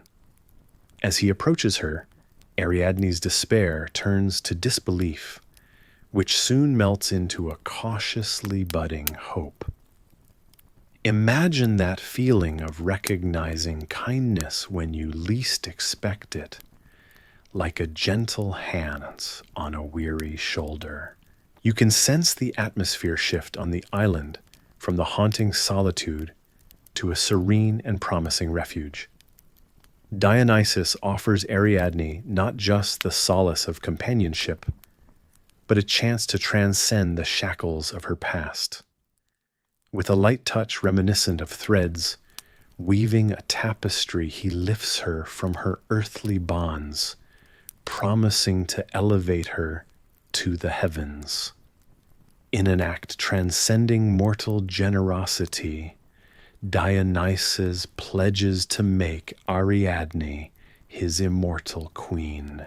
This transformation from mortal to divine unveils a dimension of the god of wine that's wrapped in mystery and grace. Perhaps, like most tales, there's a lesson nestled in this myth about finding unexpected paths to redemption and the transformative power of empathy. An unusual detail about this momentous event is reflected in the stars themselves. The constellation Corona Borealis sparkles overhead, a crown of stars forevermore, a celestial testament to Ariadne's new life. It's as if the universe itself leaned in to immortalize her story across the night sky. Engulf yourself in this imagery. Dionysus delicately places a crown upon her head brighter than the sun and gentler than moonlight, This crowning, both literal and celestial, marks Ariadne's ascension from the forsaken shores to the realm of the divine. She's no longer just the abandoned princess. She becomes a symbol of resilience, an unexpected grace woven into the cosmos. Even the myths argue over the details surrounding their happy union. Was it truly love at first sight, or the intertwining of two fates casting a new story into the world? The truth may be lost to time, but what's certain is that their story redefines what it means to start anew. Dionysus's usually wild abandon transforms here into a protective joy, as if he's found a treasure among mortals that refutes the notion of mere earthly pleasures. He shares with Ariadne his world, one brimming with more than indulgence, a world echoing the rhythms of life itself. Now as the night embraces you with its soothing whispers, think of Ariadne and Dionysus. Imagine how they dance beneath the endless sky, a dance less about movement and more about finding balance between the past and what lies ahead. You too are invited to sense this harmony, to let your worries unfurl and drift away like a gentle tide. In their tale, the blend of earthly despair and divine grace unfolds a lesson of hope, that where there is loss, there can also be unexpected love. Where there is an end, a new and brighter beginning. Theirs is a lullaby of resilience, reminding you that transformation often follows the paths we least expect.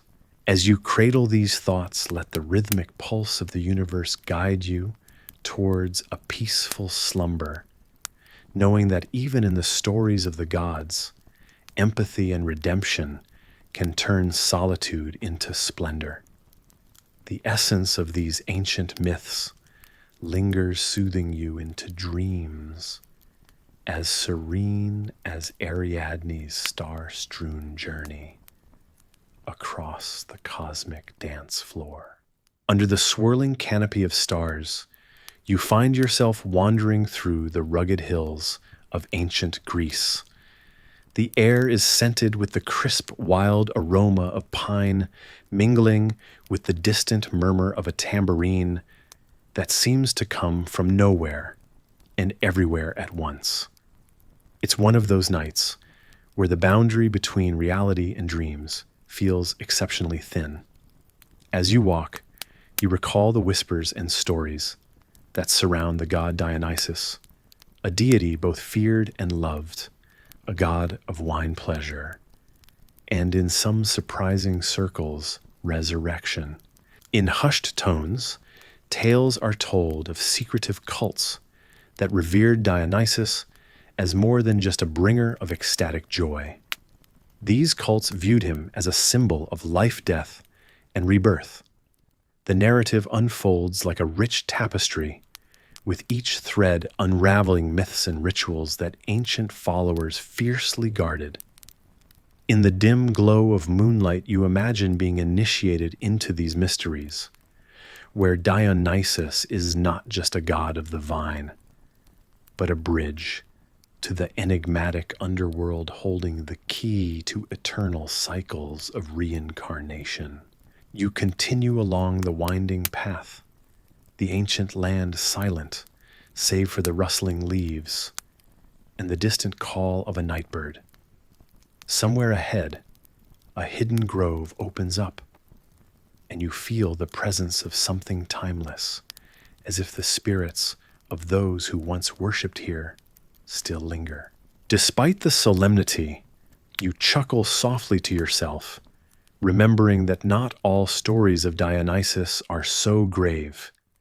He is, after all, the god who could charm you with laughter just as easily as he could usher you toward profound truths. His duality is embraced in the myth of his own resurrection after having been torn apart and brought back to life a theme that not only fascinates, but puzzlingly reassures the devoted. One wonders if these worshippers truly believed in the physical reincarnation of Dionysus, or if it was a metaphor for spiritual renewal, a question that even I, as your guide, can only speculate upon. Historians still debate whether these rites were literal or symbolic, but the enduring allure of the story remains. The paradox of life and death, as embodied by Dionysus, resonates deeply within us all, inviting imagination and introspection. As you ponder this, you descend slightly, the path leading toward a secluded clearing. It's said that here in places like this, initiations took place, ceremonies shrouded in mystery, drawing those brave enough to peer into the abyss of the unknown. Those invited to participate might have worn wreaths, taken sips of ceremonial wine, and spoken vows beneath the watchful gaze of the moon. Despite the ancient setting, there's an unmistakable allure, a sense of belonging to something greater, and dare I say more intoxicating than mere mortal existence. The union of fear and fascination is palpable. The ancient Greeks had a flair for theater, after all. Just when you think you couldn't be more intrigued, you stumble upon an unexpected detail. Some believe that the cult's bath in sacred water could wash away sins and old identities, much like modern religious rites today. You walk on time feeling fluid under the spell of the night. Glancing upwards, the stars wink conspiratorially, as if they're privy to the secrets of the universe, both past and present. Here, enveloped in the mythos of Dionysus, you sense that perhaps the greatest mystery is not the end, but what awaits beyond a gentle inquiry into what life could be if we dared to see it through the eyes of a resurrecting God. Breathing deeply, you let the crisp night air fill your lungs, savoring the profound connection to history you didn't expect to find here. It's a comforting thought, isn't it? Knowing that ages ago there were others like you, seeking questioning and believing in the magic of resurrection. In this shared curiosity, you and the ancients are not so different after all.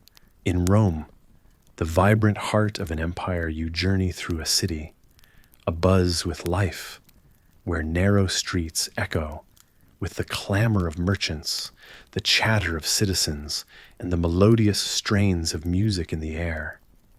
You can almost hear the distant rustle of togas as Romans go about their daily business under the watchful eyes of marble statues of emperors and gods.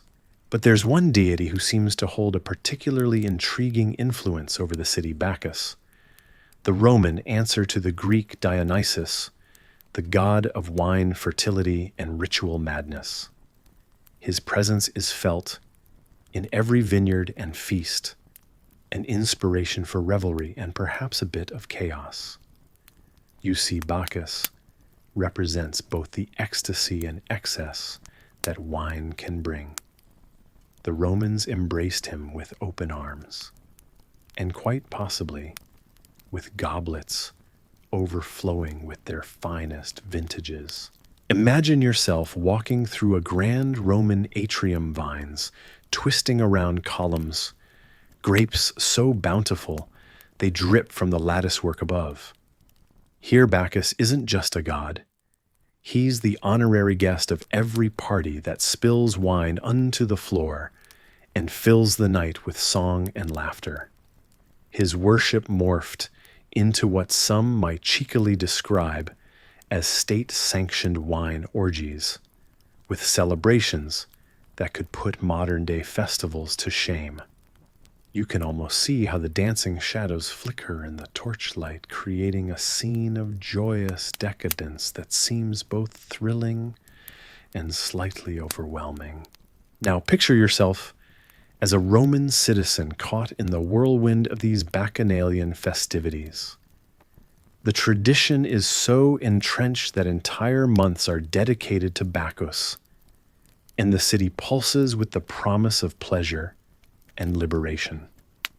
Everyone from slaves to senators participates, the barriers of social stratification blurred, if only for a time. Sounds perfect, doesn't it? Well, hold that thought, because there's a twist. As appealing as these wine-soaked celebrations were, the Roman Senate once thought differently.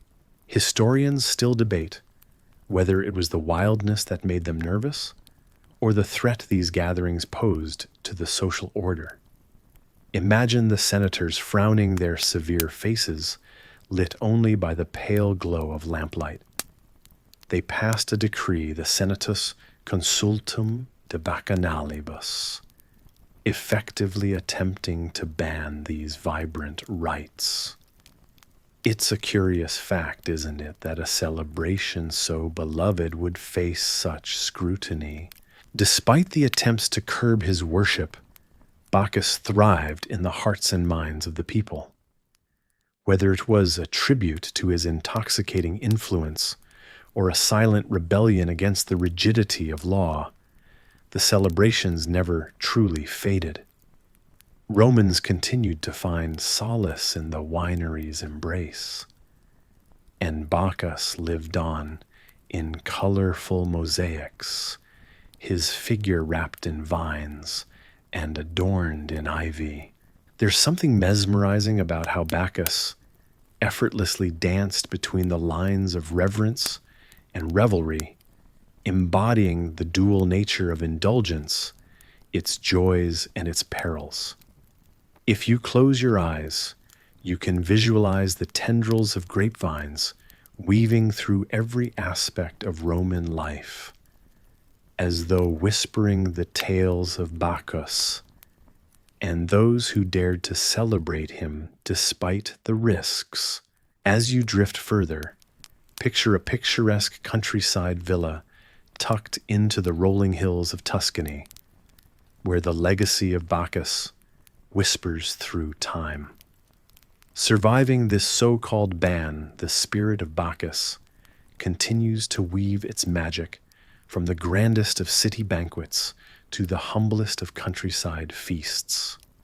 You, dear listener, are carried along in the sway of ancient rhythms, the intoxicating allure of a deity who teaches both the light-hearted joy and the careful balance required when surrendering to the senses.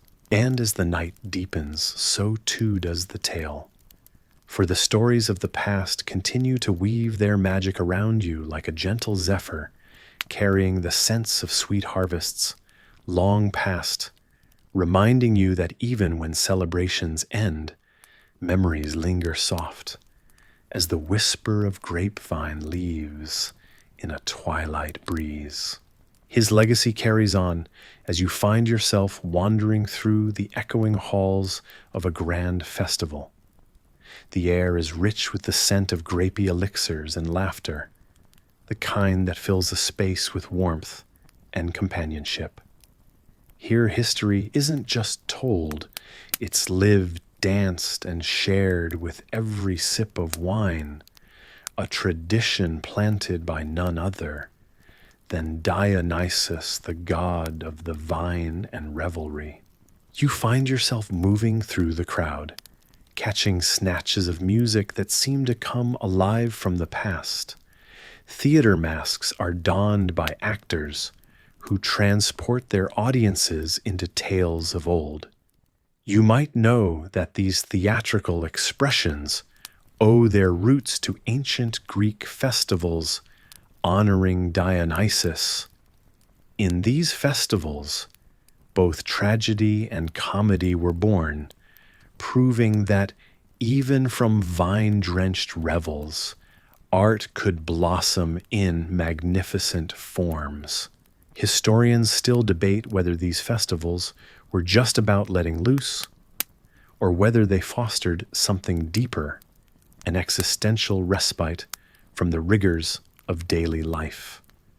Hidden beneath the cheers and clinking of glasses is the suggestion that perhaps it's the freedom Dionysus symbolized, an escape from societal constraints that truly beckons us back to these gatherings year after year.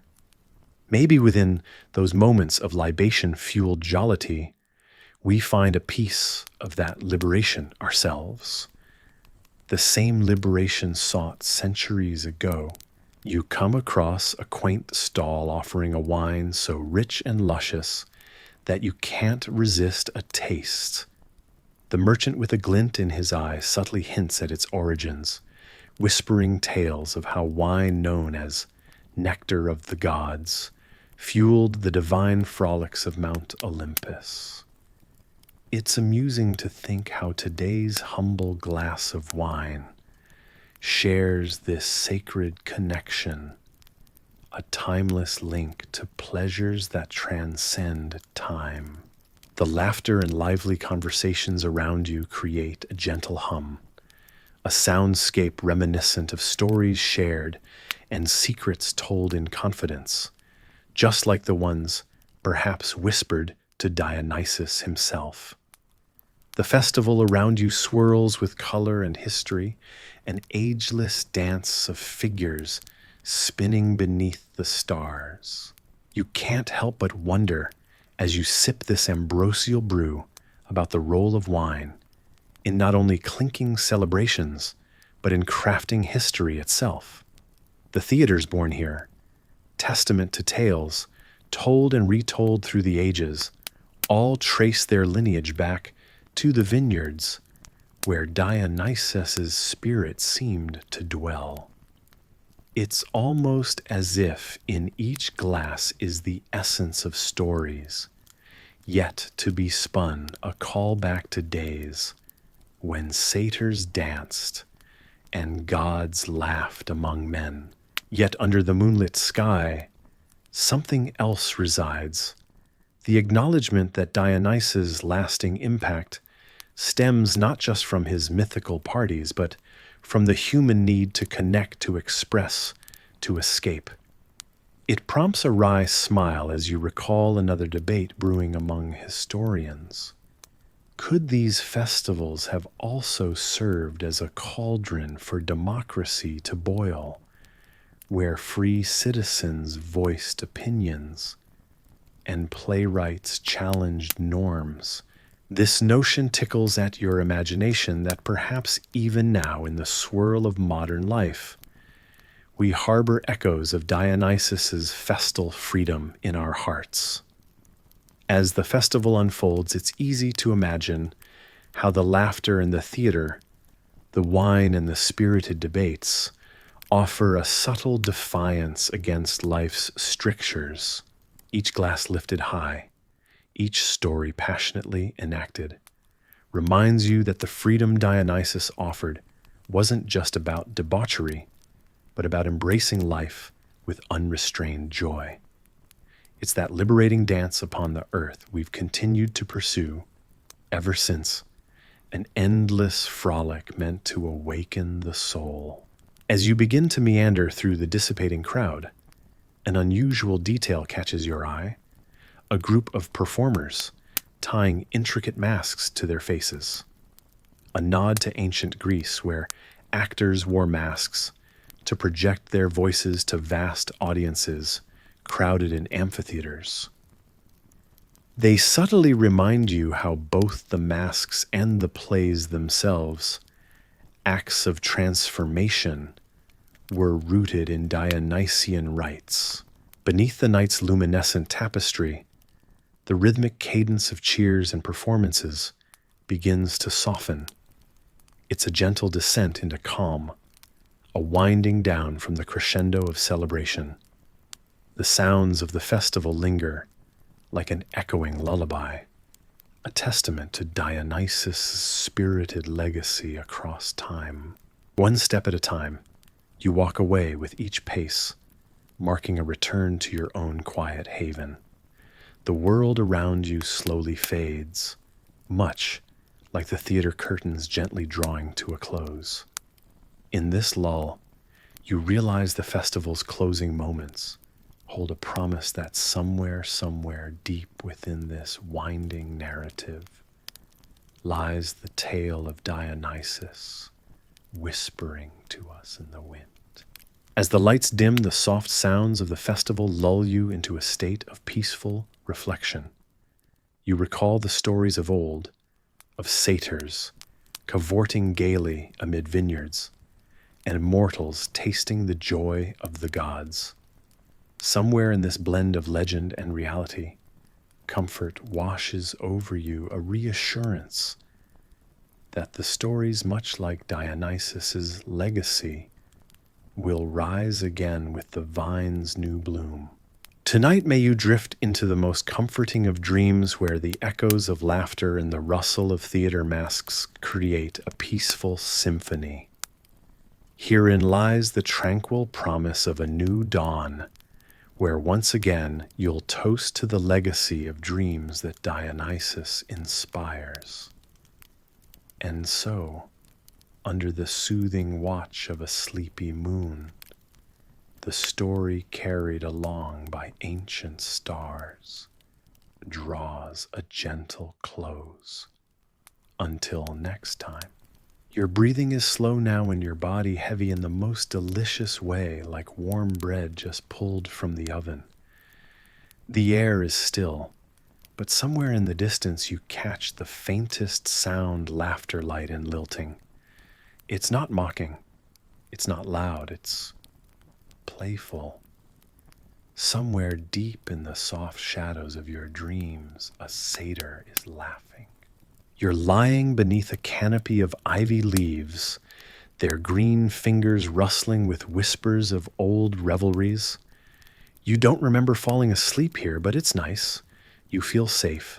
Somewhere nearby, someone raises a goblet. It clinks gently, ceramic against ceramic, and for a heartbeat, the sound carries centuries of parties, ceremonies, and little stolen sips behind the temple walls. The god of misrule is smiling, not the wild teeth-baring grin of the frenzied festival, but something softer, like he's giving you a wink just before tucking you in. Tonight, there will be no crashing chariots, no drunken poetry contests, no flame-juggling acolytes, just peace. Because even gods of chaos know when to be quiet. Your skin still smells faintly of warm oils from earlier, and there's the ghost of cool cucumber from the summer ritual, as if the seasons themselves are pulling up a blanket over your shoulders. The moonlight drips like syrup across the floor. Somewhere a lyre plays not loudly, just a few stray notes, as though someone is practicing for a celebration not yet begun. Fringe scholars argue whether the ancient festivals of Dionysus included lullabies. Mainstream historians say no, it was mostly singing, dancing, and a good dose of property damage. But some think the priests understood the value of silence too. A rest before the next ecstatic whirlwind. A breath between laughs. A moment when even the god of wine lets the cup go still. And so you lie, floating just below consciousness, between dream and memory. The fireflies blink slowly in the olive groves. The vines sway with secrets. And in the softness of your sleep, everything fades into velvet quiet. Now breathe deeper. Let your chest rise like the tide and fall like a leaf dropping gently into a still pond. There's nothing left to do tonight. Nothing that can't wait until morning. The world, busy and ancient and loud, has been turned down to a whisper just for you. The temple walls are far behind you now. The cities, the gods, the ceremonies all packed away like instruments after the last song. You're lying somewhere soft, where time doesn't hurry, and the wind hums gently through old trees. You're wrapped in the hush that comes after stories are told, when only the coals glow and even the storytellers have fallen silent. Your muscles are loose, your thoughts are slow. Every sound that once seemed loud now feels like part of the lullaby. The murmur of water in a clay basin, the distant hoot of a sleepy owl, the rhythmic whisper of leaves brushing stone. Let them cradle you. Let them carry you. Whatever name the ancients gave the night, whatever god they blamed for dreams or thanked for rest, they were thinking of this. This peace, this weightless drifting sense that nothing matters right now except this breath and the next. So let go. Let your thoughts scatter like petals in a spring wind. Let your limbs melt into your bed like candle wax, warm and still. You're safe. You're wrapped in time, tucked in by history and kissed on the forehead by the centuries. Sleep well, traveler. You have earned it.